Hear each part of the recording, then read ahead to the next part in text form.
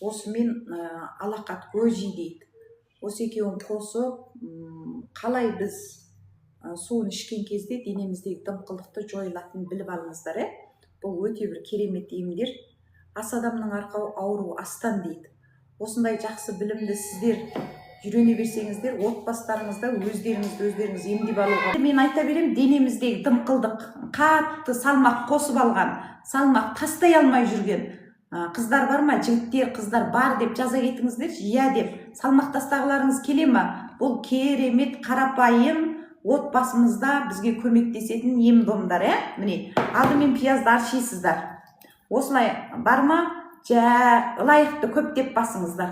Ылайықты басып бір 300-ге шығарып етейік.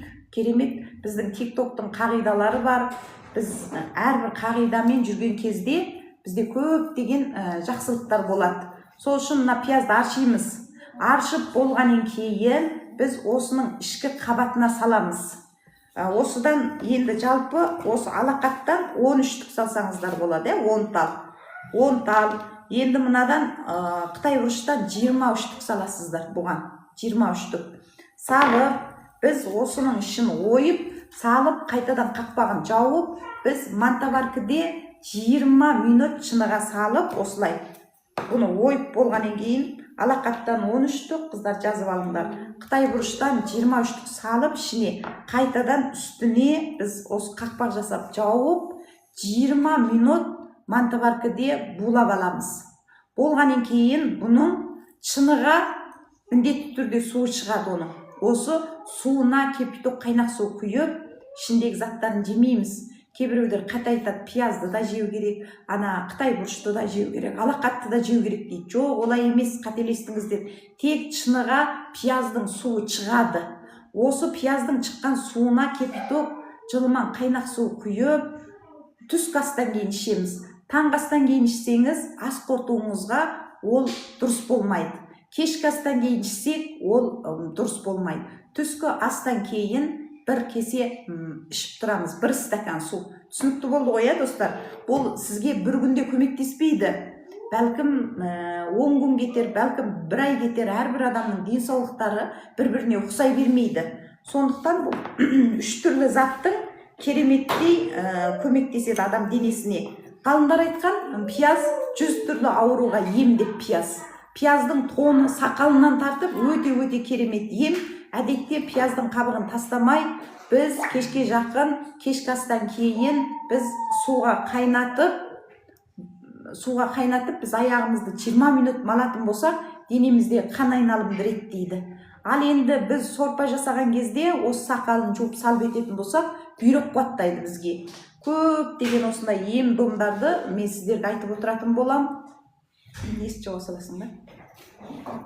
Енді достар, түсінікті болды ғой, бір айтылған ем бізде қайта-қайта айтылмайды. Бір жол айтып болдым, міне 3 түрлі зат, түсінікті болды ғой. Енді осыны қанша күн ішесіздер біліп алыңыздар. Бұны бізде 21 күн ішу. Өйткені көп деген адамдар түсіне бермейді. 1 күн ішеді, 2 күн ішеді, табандылық жоқ. 21 күн деген біздің ішкі ағзамызды байлап матап, біз 3 күннен кейін көргеде үйренеді деген сөз бар.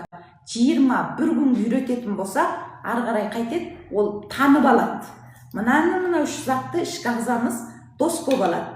1-ші күн, 2-ші күн біз ішпей қойсақ, ол келе-келе бізге көмектеспейді. Сондықтан шыдап, 21 күн ішіп, енді барып бұны тани бастаған кезде, сіз міндетті түрде ол сізге тәуелді болу керек. Тоқтатып қоясыз.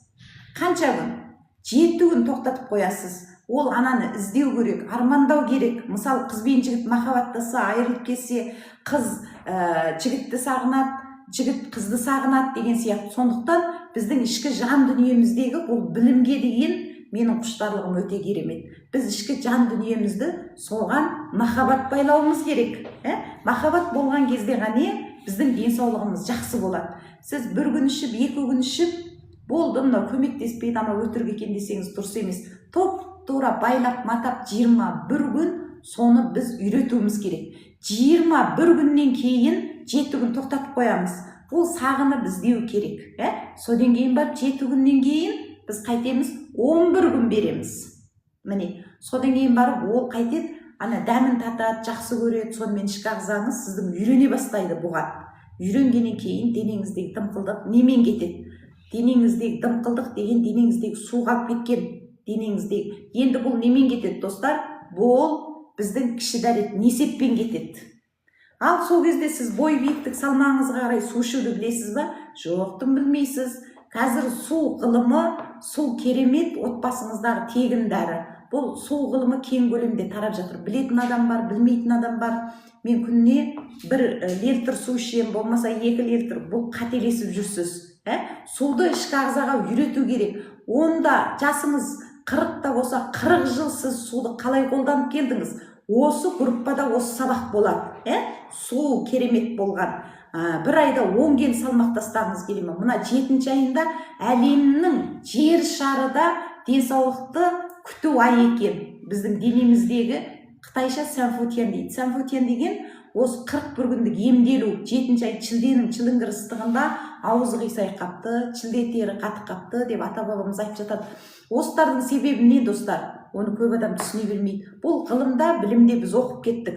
7-ші айында дейді, бүткіл жер шарындағы дейді, өзгерістер арқылы біз көк бауырды қуаттап алуға болады екен. Сіздің көк бауырыңыз әлсіз болды ма, сізде ауру мүмкін емес жазылмайды. Омырау рак, матка рак, асқазан рак, бауыр рак, бұл жаман осындай аурудардың барлығын емдеу барысында бірінші болып біз көк бауырды емдеуіміз керек. Бірінші болып. Сіздің көк бауырыңызды қай кезде емдейсіз? Сіз қаңтарда емдемейсіз, октябрьде емдемейсіз, тура шілде айы деген 7-ші ай. Осыда емдеп алдыңыз 41 күн. Қыстың қамын жазда ойла дейді. Қыстың қамын жазда ойла дейді. Өте керемет болады ол кезде. Достар, енді осы 10 келі салмақ тастағысы келетін тораптастар болса, біздің қаншыншы чат? 6-шы чатта орын бар. Орын бар. Телефон нөмір тастаңыздар. Осы 6-шы чатқа келеміз десеңіздер, телефон нөмір тастаңыздар. 5-ақ мың теңге. 5.000 теңгемен 41 күн сабақ аласыздар. Бұл жерде меню кесте жазылып дайындалып болды.